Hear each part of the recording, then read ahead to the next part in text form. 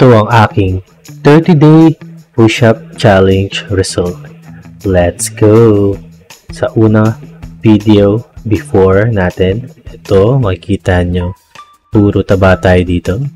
Sa likod, yan, sa gilid, tapos yan, sa harap ulit.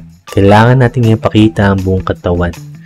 Tapos day 1, kitang-kita nyo, regular push-up tayo dyan. So 500 yan. Tapos day 3, tawag dito lateral right push-up, lateral left push-up, 500 repetition ulit yan. Yan. Tapos tawag naman dito is 1 foot right push-up, tapos 1 foot left push-up. So 100 repetition ulit. Tapos ito naman 1000 repetition. Day 8 tayo, tawag dito push-up 1 and touch chest push-up. Yan. So 1000 repetition yan. Day 13, ang tawag dito is touch wall push-up.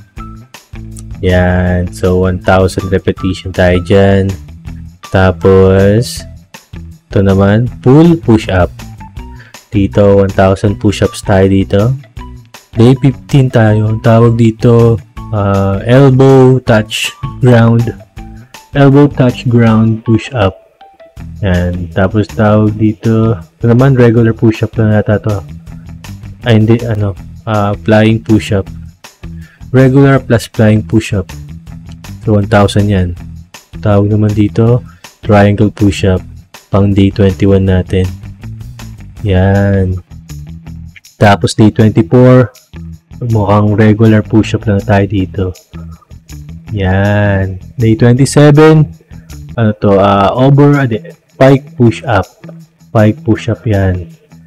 1000 yan. 1000 repetition. Day 30, yan. Touch elbow ground ulit tayo. So 1000 repetition yan. Yun. Tapos papakita ko na yung result natin. Yun, kita nyo ba yan? Putik, parang walang nangyari.